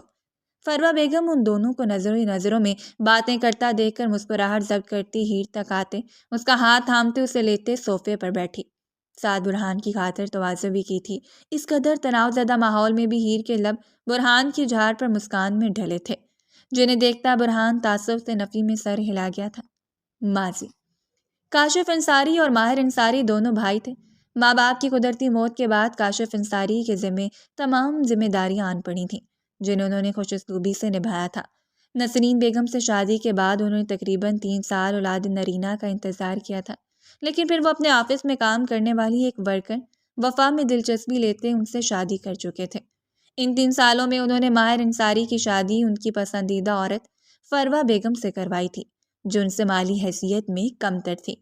وفا بیگم سے شادی ہونے سے قبل ان کا گھرانہ جس قدر مکمل اور خوشحال تھا، شادی کے بعد اس قدر اجڑ گیا تھا۔ نسرین بیگم مکمل ٹوٹ چکی تھیں کاشف صاحب کے اس اقدام کے سبب۔ وہیں وفا بیگم انہیں اور کاشف صاحب کو ساتھ دیکھتے انہیں اپنے عتاب کا نشانہ بناتی تھیں۔ محض انہیں نہیں، وہ فروا بیگم سے بھی پرخاش رکھتے دھیرے دھیرے کاشف صاحب کو اپنے مکروہ فریب میں پھنسانے کی کوشش میں تھیں کہ وہ ماہر صاحب کی شادی ان کی بہن سے کروا دیں، اور پھر آخرکار وہ اپنے منصوبے میں کامیاب ٹھہری۔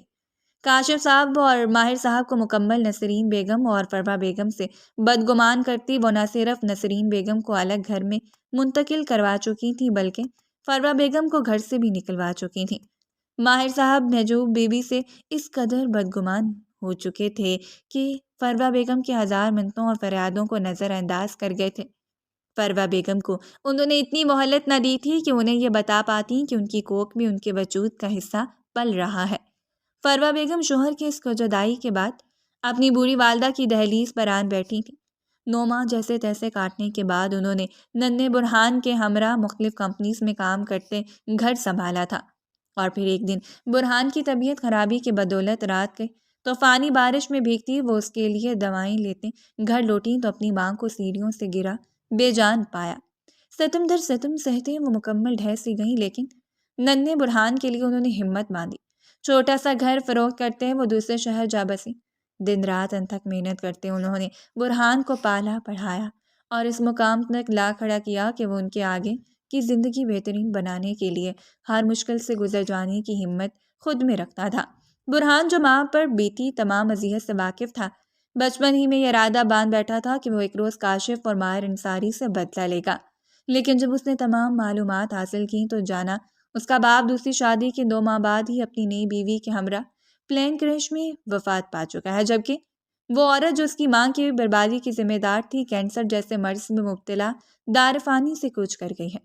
اس کا آدھا انتقام تو یوں ہی پورا ہو گیا تھا، آدھا اس نے کاشف صاحب کے بزنس کو ہتھیانے کے بعد ان کی بیٹی سے شادی کر کے پورا کیا تھا۔ حال ان سب میں کیا قصور؟ مجھے کیوں انتقام کی بھینٹ چڑھایا گیا؟ اس انتقام کی آگ میں جلایا گیا؟ یوں تو بہت سے طریقے ہیں برباد کرنے کے، پھر میرے ذریعے انہیں کیوں برباد کرنے کا سوچا گیا؟ مجھے ذریعہ بناتے انہیں برباد کرنا بیکار اور بے سود ہے۔ میں تو ان کی وہ اولاد ہوں جس کی جانب انہوں نے کبھی التفات کی نظر سے دیکھا ہی نہیں۔ عمر مجھ سے 1 سال بڑا ہے، اسے ان کی توجہ اور محبت ملی، لیکن میں اور ماں ہمیشہ تہ دامن رہے۔ آپ کا بیٹا کاشف انصاری کو نہیں، در حقیقت مجھے برباد کر گیا ہے۔ فروا بیگم کے تمام سچائی اس کے گوش گزار کر دینے کے بعد وہ آنسوؤں سے تر چہرہ لیے فروا بیگم کی جانب دیکھتے ان کا ہاتھ پکڑے کربناک لہجے میں بولی۔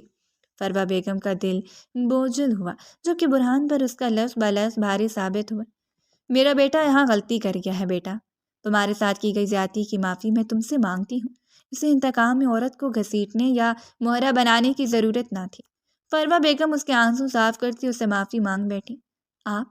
آپ پلیز مجھے یوں شرمندہ مت کریں، قصوروار تو آپ بھی نہیں، آپ تو خود میرے باپ کے ستم سے زخمی ہیں۔ بس اتنا احسان کر دیں، اپنے بیٹے سے کہہ دیں مجھے اس بے نام کاغذی رشتے سے آزادی بخش دیں قبل اس کے دیر ہو جائے۔ میں اس کی توجہ حاصل ہونے کے سبب خوش فہمیوں میں مبتلا ہو گئی تھی، مجھے اس کی عادت ہو گئی ہے، نہیں جانتی تھی انتقام ہے، ورنہ میں اس شخص کو کبھی خود پر یوں حاوی نہ ہونے دیتی۔ اس سے پہلے میرا دل باغی ہوتے، میرے قدموں میں محبت کی زنجیریں ڈالتے، مجھے بے بس کر دے، اسے کہہ دے مجھے چھوڑ دے۔ وہ اپنی بے بسی بیان کرتی آنے والے لمحات سے خوف کھاتی اس سے دور جانا چاہتی تھی۔ اس کی توجہ، وہ شوق، جملے، نگاہیں اور نزدیکیاں سب محض ایک ڈرامہ جو تھا۔ ہیر کا دل ٹوٹتے چکنا چور ہوا تھا، نہ جانے یہ کیسی تکلیف تھی جسے وہ بیان کرنے سے قاصر تھے۔ برہان اسے آزاد۔ فروا بیگم کا جملہ بھی مکمل بھی نہ ہوا تھا کہ برہان گھٹنوں کے بل ہیر کے قدموں تلے بیٹھتے اس کے ہاتھ تھام گیا۔ ہیر دم ساتھ گئی۔ انتقام لینا تھا، تمہیں تکلیف دینی تھی، تم پر ظلم و ستم کے پہاڑ توڑنے تھے، لیکن نہیں کر پایا، بس میں ہی نہیں رہا۔ وہ پہلا دیدار جب تم میرے نام سے منسوب ہونے کی خاطر قدم در قدم چلتی میرے نزدیک آ رہی تھی، وہ دیدار شاید نظروں کے ذریعے دل میں اتر گیا تھا۔ تمہیں توجہ دینا، تمہارے نزدیک آنا، یہ سب انتقام کا حصہ نہیں تھا ہیر۔ مجھے جس پل ادراک ہوا کہ تم سے محبت ہے، میں اسی پل ارادہ کر بیٹھا کہ تمام سچائی سے آگاہ کر دوں گا۔ اسی سبب میں مام کو لینے لندن گیا تھا تاکہ وہ خود اپنی زبانی تمہیں تمام سچ سے واقف کرے۔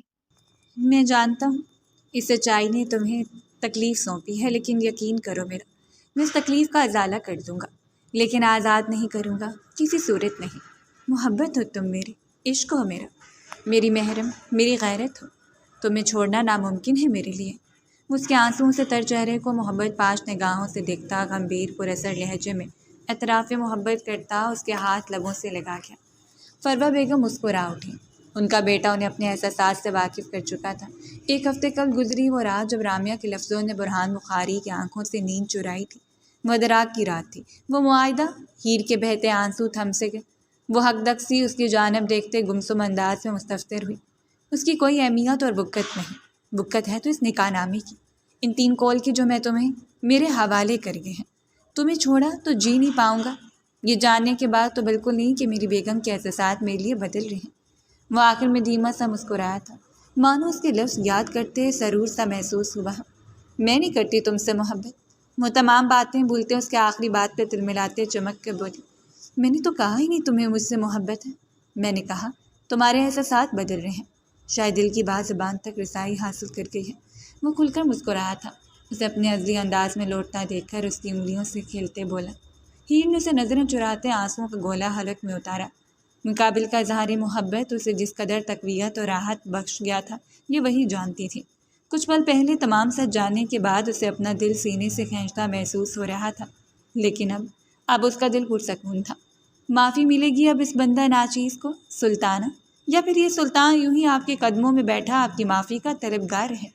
اسے خاموش خود سے یوں نظریں چراتا دیکھ کر برہان اس کی تھوڑی جھگڑے اسے اپنی جانب دیکھنے پر مجبور کرتے بولا، مل جائے گی لیکن ایک شرط پر۔ ہیر نے اس کی سیاہ محبت سے لبریز آنکھوں میں آنکھیں گاڑے کہا، آپ کا حکم سر آنکھوں پر۔ برہان نے شرط جانے بنا سر تسلیم خم کیا۔ صبح اٹھنے کے بعد اور رات کو سونے سے پہلے تم مجھ سے اظہار محبت کرو گی، اور یہ سلسلہ میری آخری سانس تک قائم رہے گا۔ ایک انوکھی فرمائش کا اظہار کیا گیا۔ یہ تو میری من مراد کہہ دی آپ نے سلطانہ خادم۔ صبح سے لے کر رات تک عملی اور لفظی اظہار بنا ناگا کرے گا تاکہ جلد میرے والد محترم اپنے پوتے پوتیوں کو اپنی گود میں کھلا سکیں۔ اس کی ذمانیت بات پر ہیر کو فروہ بیگم کے سامنے ہر درجہ خفت و شرم میں مبتلا کر گئی۔ وہ سلگتے تانبے کی مانند سرخ رنگت لیے شربار نگاہوں سے برہان کو گھورنے لگی، جو فروہ بیگم کے ساتھ اونچا قہقہ لگاتے اس کی خفت میں مزید اضافہ کر گیا تھا۔ وہ شرم سے دوری ہوتی اس کے سینے میں ہی جائے پناہ تلاش کر گئی۔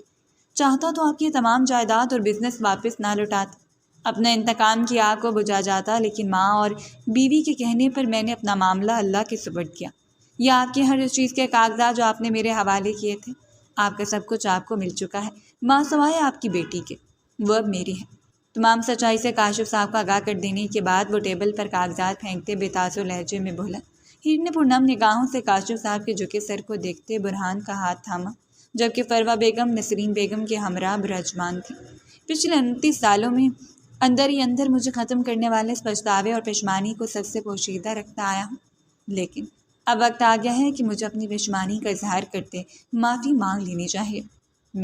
میں تمہارا گنہگار ہوں فروہ، نہ صرف تمہارا بلکہ نسرین اور اپنی بیٹی ہیر کا بھی۔ وفا کے بہکاوے میں آتے میں تمہاری زندگی برباد کرتے تم پر ظلم کا ایسا پہاڑ توڑ گیا جس کے وزن تلے تم دبتی چلی گئی، جبکہ اپنی بیوی اور بیٹی کو میں اپنی لاتعلقی اور نظر اندازی کے مارتا آیا۔ کہتے ہیں جو بویا ہے وہ کاٹو گے، مکافات عمل دنیا میں لگنے والی عدالت ہے، اور دیکھو مجھے مکافات عمل نے جکڑ لیا ہے۔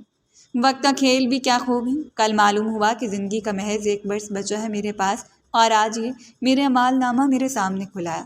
میں معافی کا طلبگار ہوں، یا موجود ہر وجود سے خدا را مجھے معاف کر دیں، میری موت سہل کر دو، میں اس قدر گناہوں کا بوجھ کاندھوں پر لادے مرنا نہیں چاہتا۔ کل ہی تو اپنی طبیعت ناسازی پر ڈاکٹر کے ہاں گئے تھے جنہوں نے کینسر کی لاسٹ سٹیج کی تشخیص کی تھی۔ اپنی بیماری جان لینے کے بعد ندامت کا احساس اور گہرا ہو گیا تھا۔ چند ساتھ خاموشی کی نظر کرنے کے بعد وہ ہاتھ جوڑے بھرائی آواز میں گویا ہوئے، ٹھیک طرف اٹھی، فوراً سے آگے بڑھتے ان کے سینے سے لگتے ان کے جڑے ہاتھ تھامتے چوم گئے۔ نسرین بیگم نے نظریں جھکائے اپنے آنسو ضبط کیے، جبکہ برہان اور فروہ بیگم رب کا انصاف دیکھتے گنگ تھے۔ میں نے معاف کیا بھائی جان آپ کو، مجھے آپ سے کوئی شکوہ نہیں۔ فروا بیگم شکوک سی کیفیت سے نکلتے مسلطن بولی۔ برہان لب بھینچ گیا، بدلہ لینے کو اب کچھ بچا جو نہ تھا۔